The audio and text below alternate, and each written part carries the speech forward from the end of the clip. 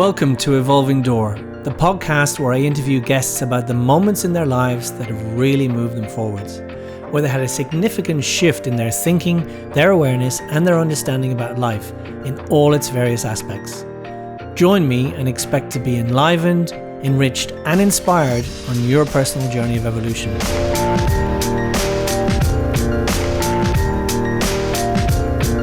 Welcome back to the Evolving Door podcast. This is episode 4. I hope you've been enjoying episodes 1, 2, and 3. If you have been, please make sure to rate and review them. This week, I have none other than the wonderful Jay Shetty. He's a friend of mine. We were both monks at different times, but we've really shared that experience, and it was so good to catch up with him today. Unless you've been perhaps a monk or living in the middle of nowhere and offline for the last 3 or 4 years, you will have definitely heard of him or seen one of his videos. He has this mission to make wisdom go viral, and he's had incredible success, with over 4 billion video views. He's got one of the top health podcasts in the world, and now he's also launching his book Think Like a Monk. So let's dive straight in and meet Jay. Hey Jay, how's it going? I'm good, Rami. It's good to see you. Yeah, definitely. Yeah. How's it been for you? I know you've been super busy on social media, which is nothing new. You're still putting out great content throughout the lockdown, but how has it been sort of perhaps a bit different for you?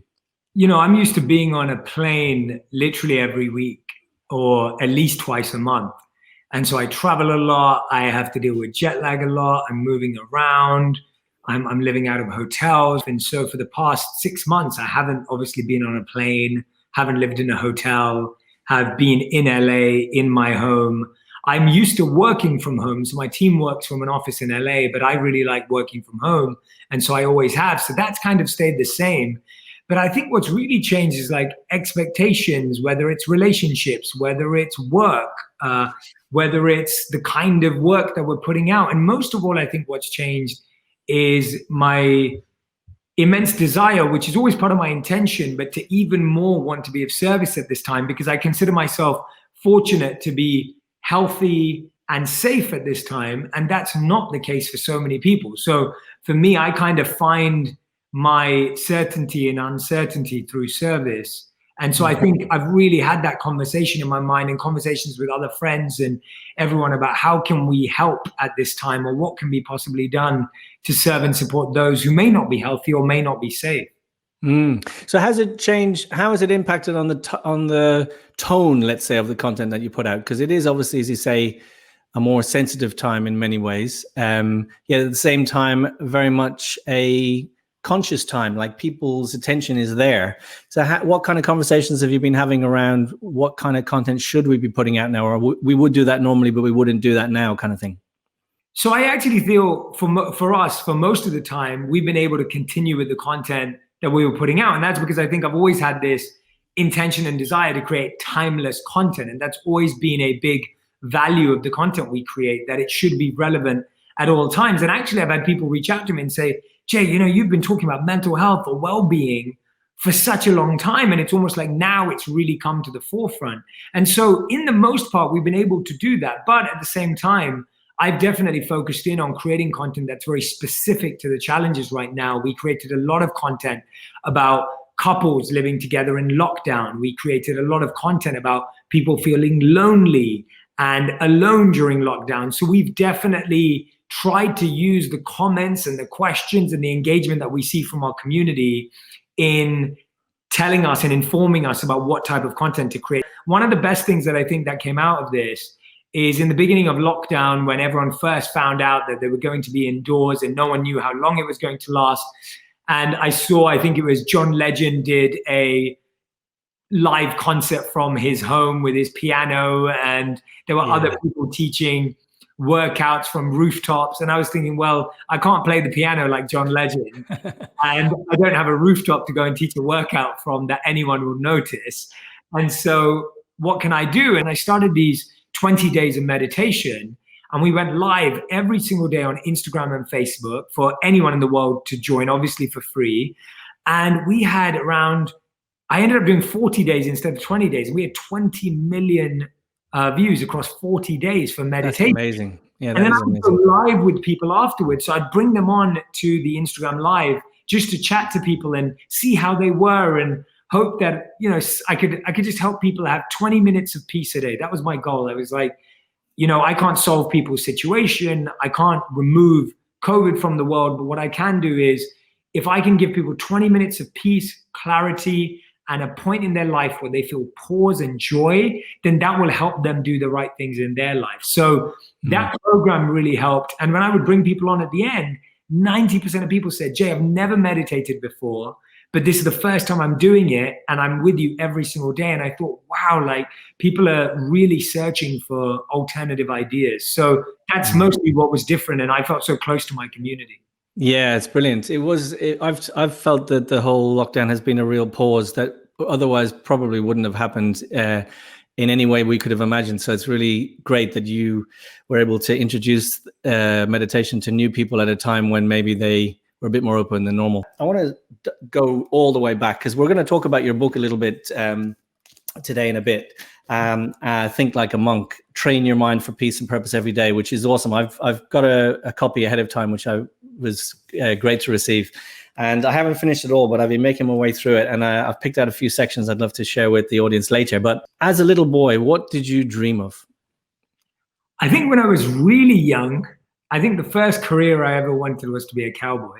I think that was like, I watched a lot of Westerns growing up. And for some reason, my parents like would get me little cowboy figurines. And then I think I wanted to be a football player because I absolutely loved football. And then at one point, I think I even wanted to be in acting and drama because I enjoyed that so much growing up. So those were kind of the things that simmered in my, I'd say, early years up until becoming a teenager, when you somewhat, in a weird way, you become more sensible, which doesn't make any sense. I almost think as a teenager, you should want to be more exploratory. And I was having this exact conversation with Malcolm Gladwell yesterday when I was interviewing for my podcast.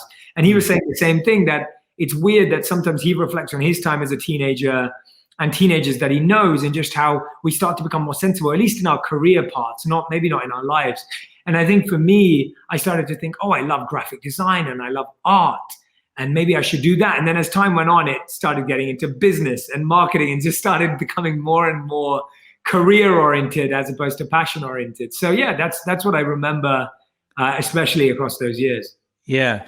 And you shared, I think it was on the Impact Theory interview, that at part of your teens, you got, I don't know what the right word would be, like distracted or enticed or excited. Maybe there was a sort of an adrenaline about dangerous things as well. What do you think was behind that for you during those years? Yeah, I definitely got involved in what I would consider at that time seeking a thrill. I kind of ticked all the boxes. I was a good kid. I was a good child. I was well behaved at school. I tried my best. I was respectful. And it was really interesting because I still experienced bullying. I still experienced racism growing up. And I thought to myself, there was a weird part of me that was like, well, what's the point of being good if loads of bad things keep happening? Like, what's the point? And I wasn't trying to be bad, but I was trying to seek a thrill in life, because I just felt life can't all be about getting good grades and doing well, and then that's it. That's not actually that satisfying. And so now when I look in hindsight, I was looking for meaning and fulfillment and purpose. But at that time, I didn't know that language, or I wasn't aware of those words.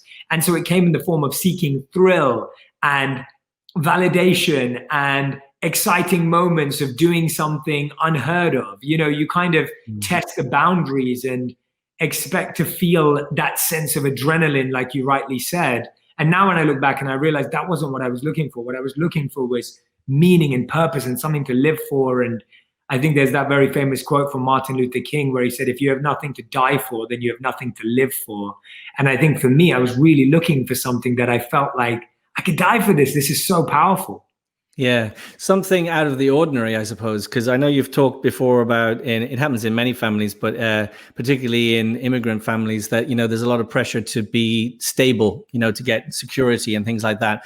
So I think as in our teens, I was similar, you know, you're looking for something out of the ordinary, I suppose. So that leads me to to you meeting the monk. You're 18. I know Garanga as well. What an amazing guy. I've been noticing his stuff about the Eco Village online, and it's just unbelievable the extent of the things they're doing there in just outside Bombay. But you were invited by a friend. Can you remember who the friend was and what happened to him? Yeah, the friend is one of our mutual friends, Chirag. No way. Yeah, Nanda. He is someone that I met very early on, and Kushal as well, who I believe you know. They were both instrumental in the beginning because I'd connected with both of them, and they were so, getting involved in spirituality and getting involved in meditation and wanting me to at least explore it and take a look at it.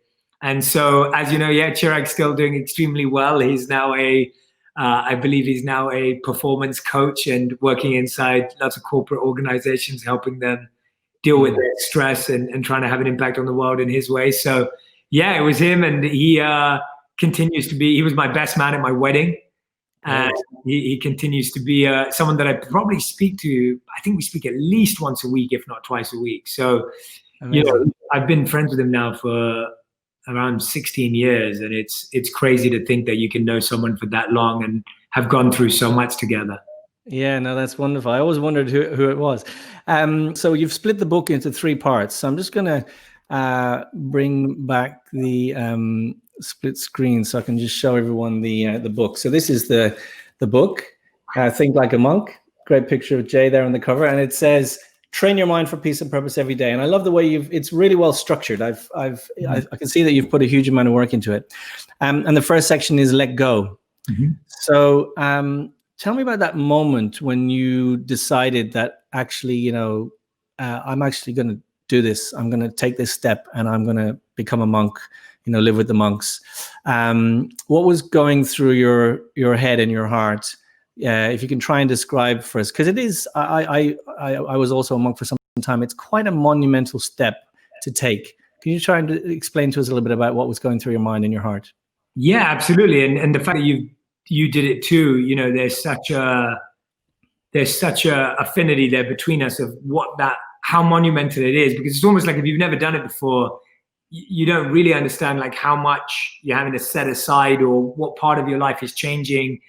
And for me, it was very much as soon as I met Gauranga Das and I started visiting him in all of my holidays and vacations in India, and I would go live with him in India, I just got very convinced. And I talk about in the book how I did my first ever like A/B test or split test, where in the summer or the Christmas holidays that I had, half of it I would spend consulting or interning at a corporate company in London. So I'd be in bars, steakhouses, and wearing suits. And then the other half of it, I would be living as a monk in India, sleeping on the floor, meditating for hours every single day and trying to be of service. And so I really had a deep experience of the 2 alternative paths that were available to me as options at that time.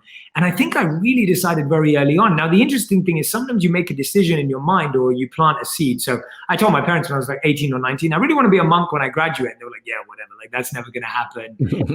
and even in my habits, like I continued to have relationships. I continued to not have like the most amazing deep meditation practice every day. Like I was 18 years old. And so it was almost like my life was continuing in a very normal way, but in the back of my mind, I was just getting this pull and calling that that's what I was meant to do. And then the decision really was made, I'd say probably around 6 months before I graduated.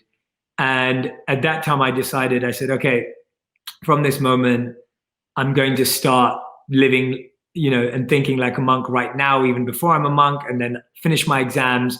And then as soon as I graduate, I'm off.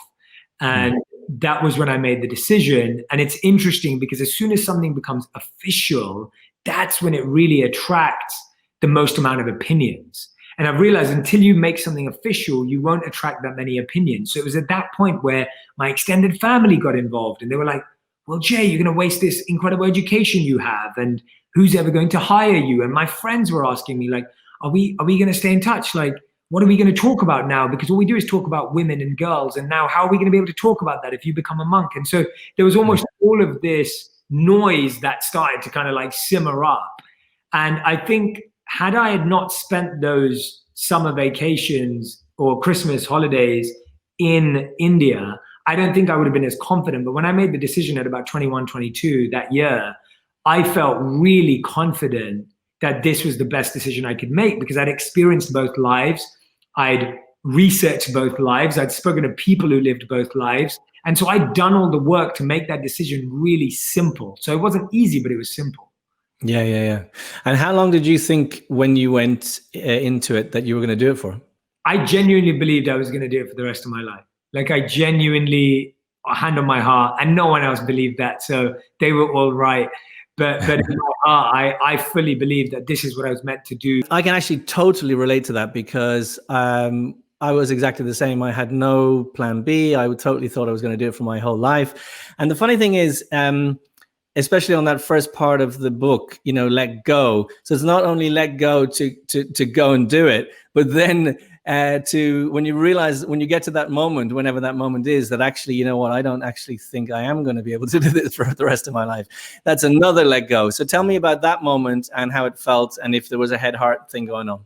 Yeah, definitely. I think that the decision to let go from monk life was much harder than the decision to let go from my material life in one sense, because I had become so deeply immersed in that lifestyle and could see the value in it. And so many of my role models were monks. And I was genuinely benefiting from that life in many ways. But it's almost like the deeper you go into living as a monk, the greater self-awareness and transparency you get with yourself. And it's fascinating because now when I look in hindsight, I realize what I really realized at that time was I was not meant to be a monk.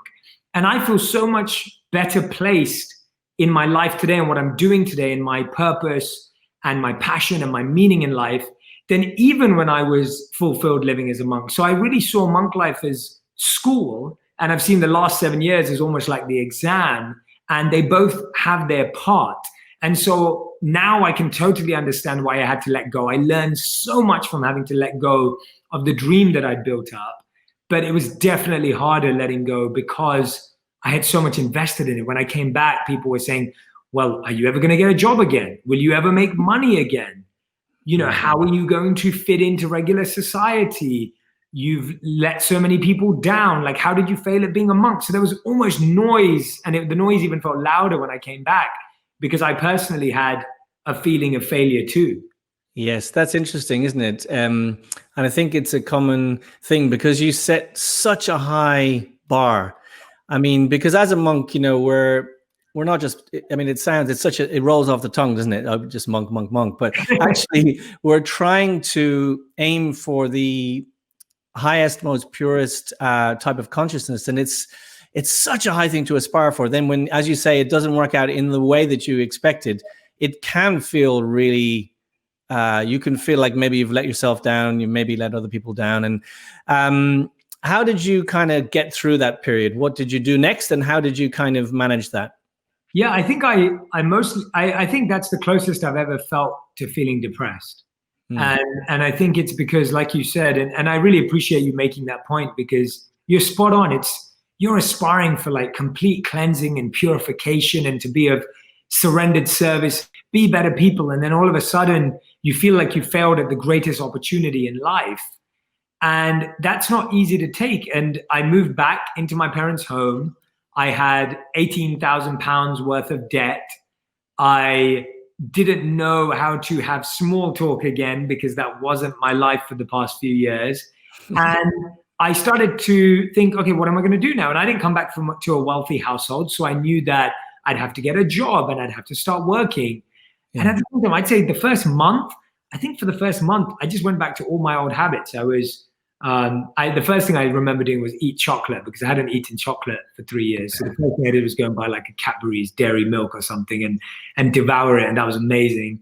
And then I think I started listening to music again. And I think Drake was really taking off time. And I'd listened to him before at university, but then got back into listening to music. And I got into waking up late and sleeping late and watching movies. I think I caught up on all 13 seasons of How I Met Your Mother. And like for the first month, I feel like I just dropped back into complete normality.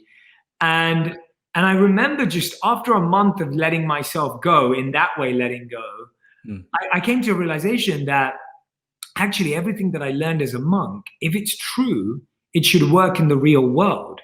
And if I practice it, then it should actually help me. And that I shouldn't see it as a failure. I should see it as training and education. And now's my opportunity to see whether these concepts and these themes really work. And so what I started to do is I would dress up and go to the library every single day, because I knew that I couldn't stay in my normal zone in my bedroom at home if I really wanted to change my life. So I used to get ready every day, not in a suit or anything, but just dress up and look presentable. I'd go to the library every day, different libraries across London, and I would sit there and I would continue to read the Bhagavad Gita and spiritual texts. And then on the other side, I would read business books and self-development books. And all I was trying to do was just build my mind strength again. I started meditating every morning again for 2 hours a day and making sure that I did that first thing in the morning. And what I started to see was just this sense of just learning and growth again. And then I started applying to companies. And probably about 6 months in, I'd been rejected from about 40 companies that I know would have given me a job. You know, I'm a first class honors degree graduate. I went to Cass Business School. I've been a straight A student most of my life. And I was applying for jobs those were the qualifications required. But surprise, surprise, no one wanted to hire a former monk. What did you put on the CV for those years? Did you try to adapt how you presented it, or did you just say I was in India as a monk? Well, it was like I tried to point out the transferable skills, because as a monk, you do a lot of philanthropy work, and you do a lot of project management, even. Yeah, to some degree, you're still active, right? The paths that we chose, I always describe to people, like the morning was very much about the self, and the rest of the day was about service, and that's kind of like the two fulfill a monk's life in the paths that we studied in. And so for me, it was like I was trying to present my transferable skills, but for most people, they were like, well, a monk, what are your transferable skills? Sitting in silence and being quiet. I mean, what's that going to add to our company?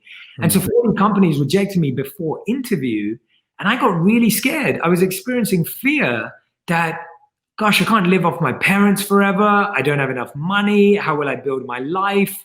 What am I going to do? Like all the real questions of life. And I was 25 going on 26 years old. And all my friends now had been established in a company for 3 to 5 years. They were making money. Some of them were going on to put a deposit down on their first home. Some of them were in relationships. Some of them were getting married or engaged. So much was happening for so many people around me. It was very natural for me to feel behind, that I was behind everyone. And I realized at that time that I had to start sharing what I'd learned, because that was what I've always wanted to do. And luckily, when I really got to know my friends, I started to realize a lot of them were actually experiencing more stress and burnout than the joyful, ecstatic lives that I thought they were living. And so they started inviting me into their companies to speak about meditation and mindfulness. This is 2013, remember, where all of these themes were actually very new, and these words were almost just about being defined in mainstream culture, if they were even there. And I started to do that, and I finally landed a job at Accenture as a beginner analyst. It was a graduate position. And so I started a role in end of 2013 at Accenture with most people were 3 to 5 years younger than me in the same role. And so that was my final breakthrough, which gave me a bit of stability. It gave confidence. Did it give you a bit of confidence? Yeah, it was a huge boost in confidence. And it just made me feel like, okay, I can figure this out. Like we can do this. And all that time I'd put in studying and meditating and everything else, that was where the superpower and the energy was coming from.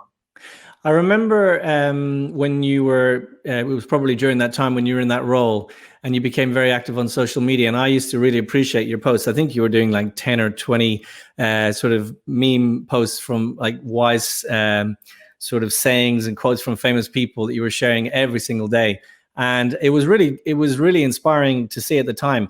But when did you make the shift to, first of all, start to think about then creating your own content? And then when did you actually start to do it? Because I know before you were sharing stuff that you liked from other people and stuff.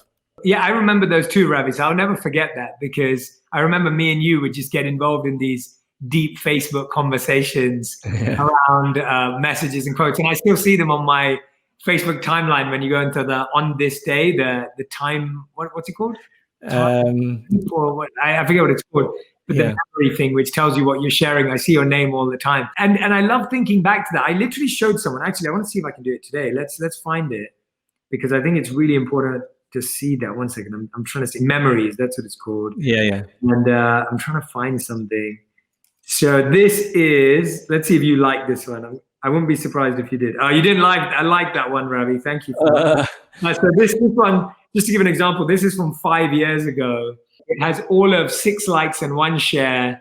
There are no traffic jams along the extra mile. I like it. Yeah, and it's a Roger Starbuck. Yeah. Yeah, and so that's 5 years ago, 2015, way before I started creating content. Not way before, but a year before I started creating content. And I was doing that because I was learning about social media and really just got fascinated about how social media could be used to broadcast a message.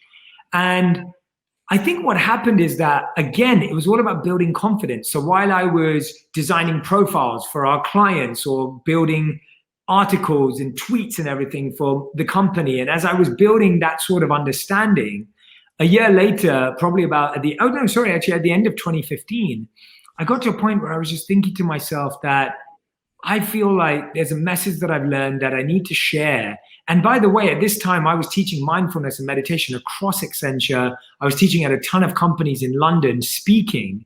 But I was thinking to myself, when I'm speaking, I'm just stuck in these 4 walls, and it only gets to the people that are in the room. What about everyone on the planet that could benefit from this? And that's how I describe it. Like, when you come across something that you really feel can help people, you want everyone to have it. It's like seeing the best movie of all time. You're like, everyone needs to see this movie. And I'm a massive movie junkie, so I can really get into promoting a movie or a song.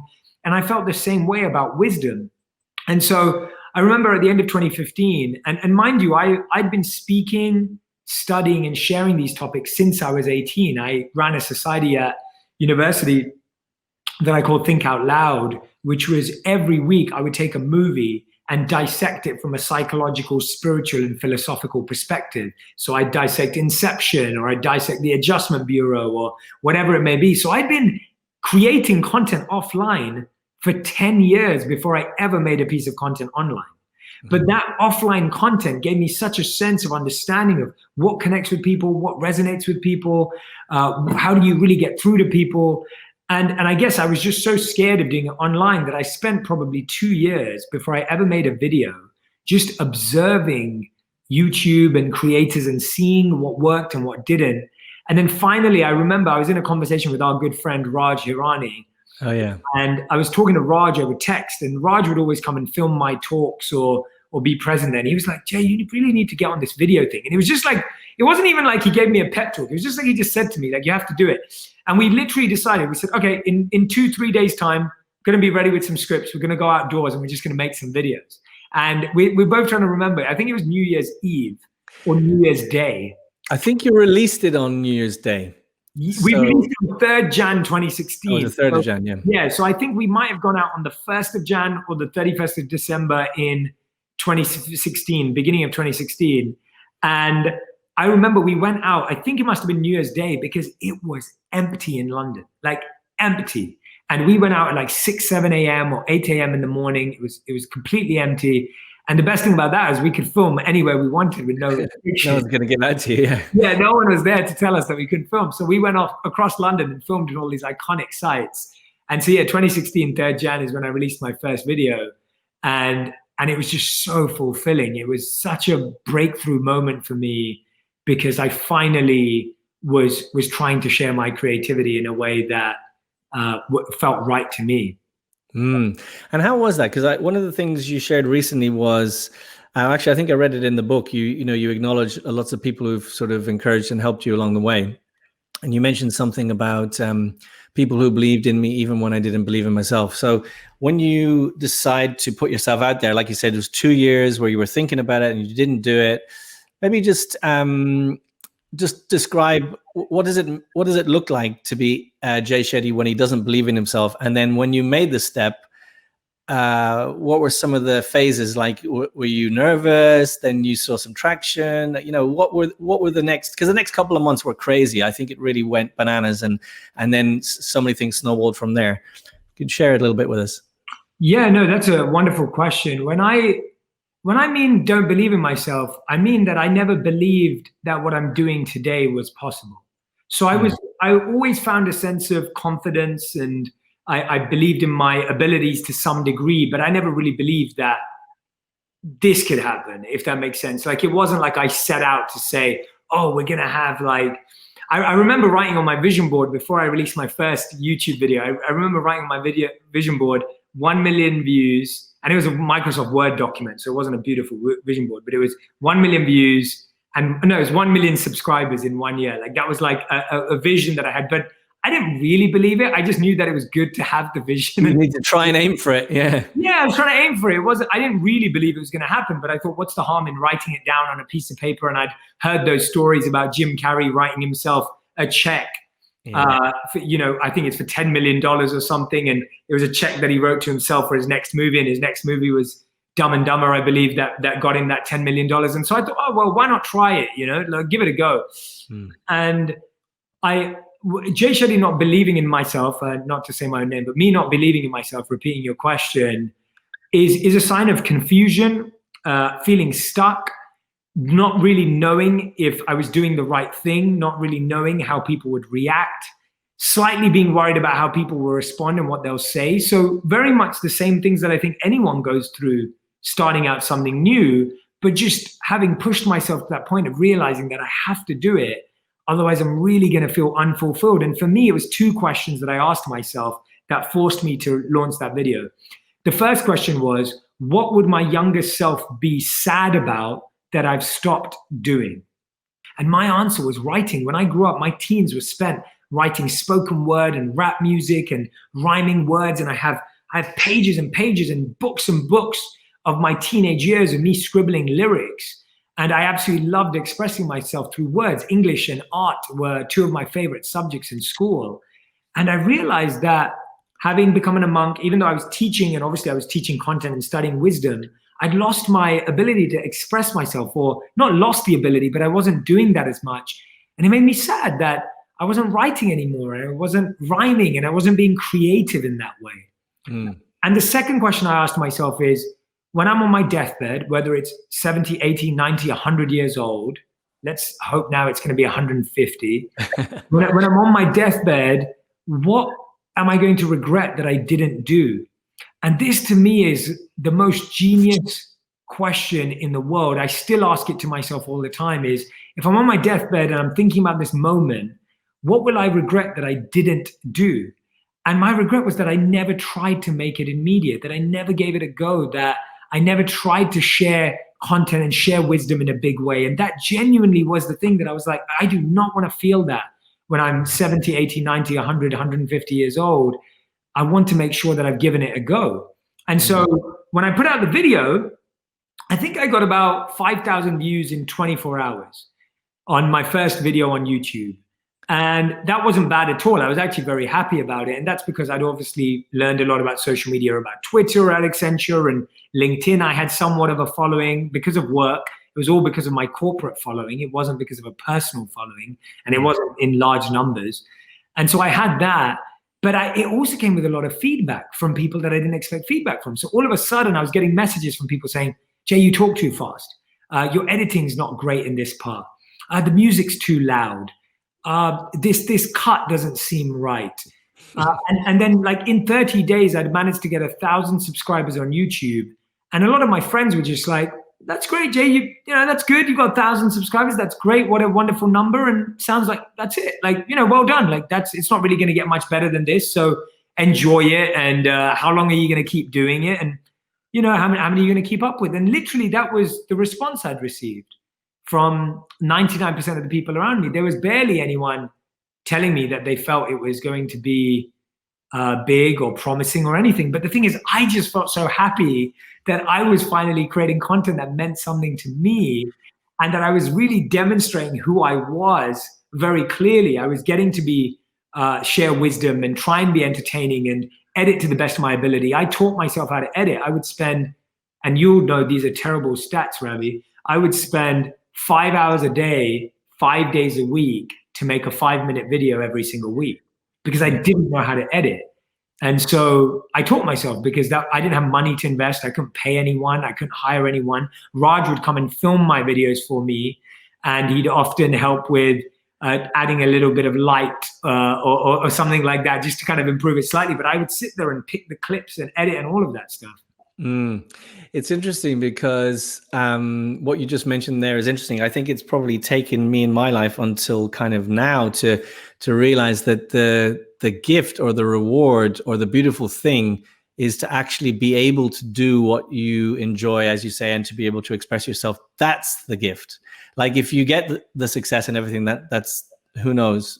But if you're able to do something that you feel is an authentic expression of yourself and that you enjoy it and it's really fulfilling and it's enlivening you, and obviously if you're doing it in the daytime, then it has to pay its way as well. Then you're so lucky. You're so lucky because, but it's interesting when it actually, it did come out. I had a feeling, I had a sense that it was going to become something. There was definitely a bit of something about it, and it was wonderful to see it grow.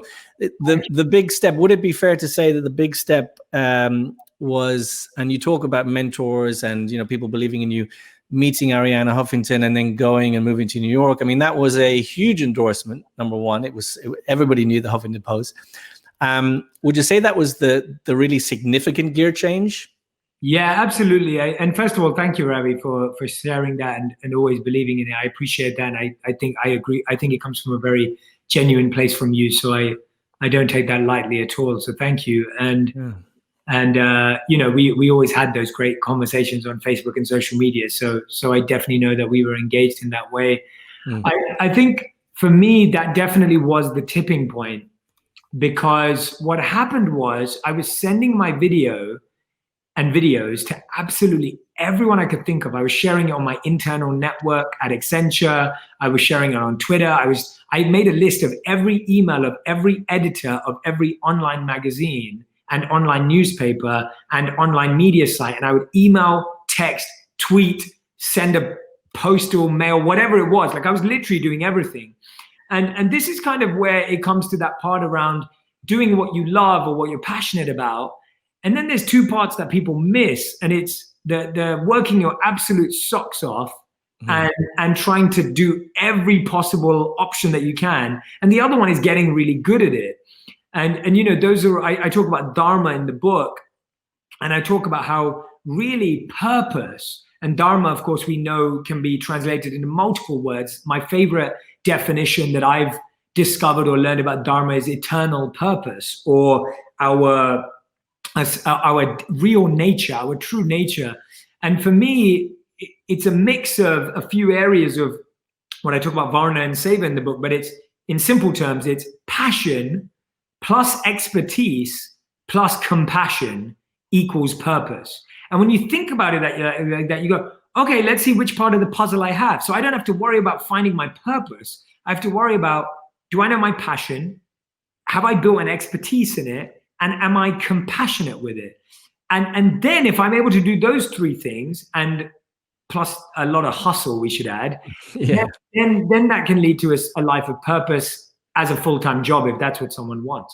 And so I was sharing in all these places, and my global HR leader of Accenture, who, by the way, is the global HR leader of 500,000 people, saw this video because obviously I was very active on social media within the company. Her name's Ellyn Shook, Ellyn Shook. And she saw the video, and she was at Davos literally that weekend with Arianna Huffington, and she showed it to Arianna Huffington, or asked someone on her team to show it to her. And I was just so grateful for that. She didn't have any reason to do that because obviously I was doing a good job at Accenture, but in the sense of she didn't have a reason to do that. She did that out of the kindness of her heart because she believed in the content and believed in the work. And then what happened is Arianna Huffington asked two of her team members, who are Danny Shea and Dan Katz, who are two good friends now, really good friends. And they were coming to London because there was some climate issue where they couldn't fly back from Davos directly to New York. So it was like all of these like events kind of happening at the same time. And so they had to come through London. I went to the Huffington Post offices in Victoria at the time to meet with them. And they came to tell me that they think my content's great. And I went there to ask them for a job. and they said, well, slow down.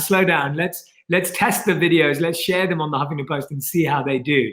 And that was definitely the tipping point. And long story short, I mean, it took a million emails to make it happen in between. It took a million emails to get my visa and make it all happen in between. But that was the tipping point, that when I felt that happen, I said, all right, my foot's going to be down on this pedal 200 miles per hour. Like, I am not going to ever take this moment for granted, because this is that moment that if I take for granted or get complacent, I will regret it for the rest of my life. Or this moment could be the launch pad of where this could go.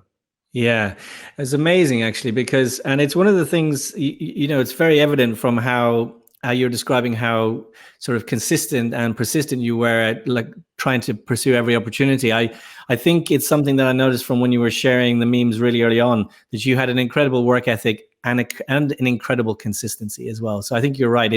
There's nothing kind of dreamy about you know, success. It's also a hell of a lot of hard work. But I do remember something. Oh, sorry, you reminded me of a quote that I want to share, which I've never said before, and you've really hit it. That's what I want to share. Sorry, I know I'm interrupting you, Ravi. You've inspired something in me that I want to share. And I just checked it. It's a quote from Bruce Lee or someone. I believe it's "Be like water," yes. Or "Be as water," and this is literally like my mindset in life. And I don't know I haven't listened to Bruce Lee's full speech on it, but what I believe what it means to be like water in my own way is that water will find any way to squeeze through any gap through where it needs to get to. Mm-hmm. It will find the tiniest of gaps, even if there's a massive wall and the water's coming at it and it looks like it needs to be stopped. The water will find some way either to chip away at that rock or that stone so that one day it will break through it, or it will find a tiny root from the tiniest crack and find a way in. And that is literally how I think about everything. I'm like, there is no such thing as a complete block to anything. Yeah. And if water can find a way through, why can't we? And that is literally, even today, I was speaking to someone who wanted to do something for me, and they were like, yeah, we might do it. So I called them again today and I said, well, are you up for doing it? And they said, no, I don't think we can do it. And then so I was like, all right, well, can you give us the resource you have so that I can do it with someone else? Like, my point is, there's just always another way to figure it out. It's not always a straight line. Sure. I'll tell you a funny story. When you were at Huffington Post, I think you ramped it up like anything. I think you were doing it live every single day. I mean, I can't imagine how you mustn't have had any time for anything else. Like, you really did put your foot down on the accelerator 200%. And it was like every single day, researching, doing shows and all the rest of it. And I remember, so, you know, I'm a huge well-wisher, but at the same time, because we kind of knew each other and I'd created content, I started to notice things in myself. So I was thinking like, oh, you know, Jay says to people, press the like button, press the love button. And we've had conversations about this. And I was thinking, how the hell can he just tell people to do that? And I started to really analyze my own thinking and wonder what was it about it that was bugging me. And I realized that it was, here's a guy who obviously believes in what he's saying so much that he doesn't feel shy or in any way two-minded about telling people to share it. And I think that at different times in my life, like, I've been really definite about things, and other times you go through periods where you're not crystal clear. And I think that that's the thing. Like, you obviously were totally convinced about what you're sharing was really useful to people, because it's very, very rare you'll ever see anyone do that. Like, say, do this now, share it, press the like button, share it right now. So tell me, and you mentioned that some of the people at Huffington Post as well said stuff to you. Tell me about that. I can remember that conversation. So I went live for the first time when I joined the Huffington Post, and I was doing lives from London, but I'd never done a live in a studio with a real setup and on their main page. And it was, it was a big moment for me. And it wasn't even something I planned. So I had the content planned, but I hadn't planned to say press the like button, press the love button, press the share button.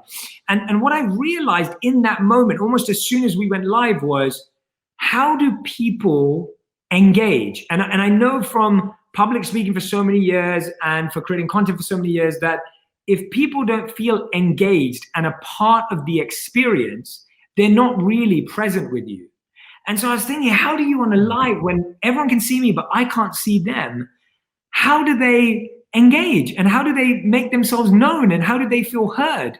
And so it was so much more in the beginning. It wasn't even about me feeling so confident about the content. It was more me feeling, how do people really feel that they are heard and present and with me and that I notice them? And that they can boost their own positivity. So we've all heard the studies about how if you smile, you naturally feel more positive energy, right? You naturally feel better about yourself. They did the study where they took a pencil and asked people to just keep it between their nose and their lips. And for that, you have to kind of slightly smile, or they asked people to frown. And they found that people who were smiling were more positive and able to solve more problems than people who weren't. And so I feel the same way with when you press that like button, when you press that love button, there is a feeling. It does feel good, yeah. It does feel good. Yeah, it's a feel-good power that kind of comes to you. So that was one thing. So I said it in that moment without really having intentionally planned it. And when I came off, my producers and everyone was like, "Hey, did you really just do that?" Like they were like, "Did you really just do that?" And they didn't really talk to me about it until about a week in when I kept doing it. To me, it was working. And then they were like, "We actually see it working too." But that was their initial reaction. Their initial reaction is, "Why are you telling people?" And what I realized was I wasn't telling people to do it because I thought I deserved it. I was telling people to do it because I wanted them to feel heard and engaged. I was one of the first people, if not the first, to say to people, "Tell me your name and what country you're joining in from." Yeah. And I would shout out and be like, "It's so great to see this person from Lebanon and this person from Africa." And I did that because I was excited to see all the countries and I wanted to see where people were from. And I started to realize, like, who wouldn't want to hear their name when they're taking their time to join you? And so to me, it was so much more. And then, yes, when I asked people to press the share button, that was because I believed that what was being shared and the study and the research I was doing from the different books and the different teachers was so powerful that people need to pass this on. And so, yeah, that's the full, and I haven't stopped till this day. I still do it. I was live with Gaur Gopal, a monk, last week. Yeah. And I did a friend and a long-term monk, and I did it with him, and I asked people to do it again. And I have no issue in asking for it. It's the same as when you're on stage and you may say, "Hey, how many of you agree with this? Please put up your hand." That's what you do when you're on stage, and it's the same thing on live. It's a way of personalizing and connecting in what otherwise, as you say, can be a quite potentially disconnected exchange. Yeah, I mean, lives can be the most lonely experience in the world. And I think if you go live and you ignore the live comments and live engagement, then you're not really live. You might as well have just put up a recorded video. And the platform is allowing you to do that. And that's what it's there for. So to me, it was a deeper understanding of the platform. And the interesting thing is of course, in addition to all of those things you say, it's also an incredibly, when you think about how social media works, effective way of the message of sharing as well. It because it pops up here, there, and everywhere. It's like there couldn't be a better way, in a way, almost, to. Yeah, and I think that's why it has to be genuine, like you said, that you have to be putting out stuff that you think people will find worth sharing. And I was never talking about myself, or I was always sharing stuff that I was reading in this book and that book, or whatever it may have been. And I think that's why you have to feel like you're asking people to share something that genuinely they're going to feel value from, and people won't share it even if you ask them to, and it's not really adding value to their life, etc. So I think that's a really important part, of course, too. Yeah. So I interviewed Genevieve Harrison, who we both know, who's she's at my house right now.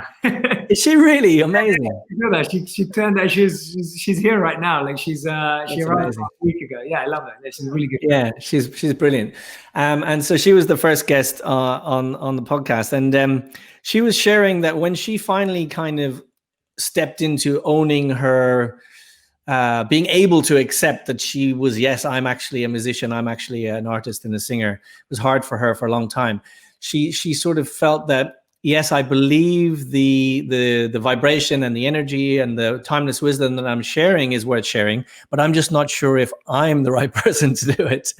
So Did you ever, I think you're probably naturally more sort of outward facing and so on. She's kind of more of an introvert. But did you ever, did anything like that ever cross your mind? Or did you feel like, no, I'm going to go for it?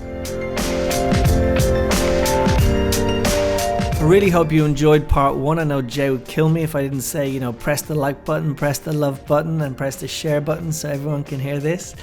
It was great fun to be able to talk to him about that in part 1 as well. And make sure you tune in to part 2 to hear his answer on whether he ever felt like he might not be the right person to share this great message.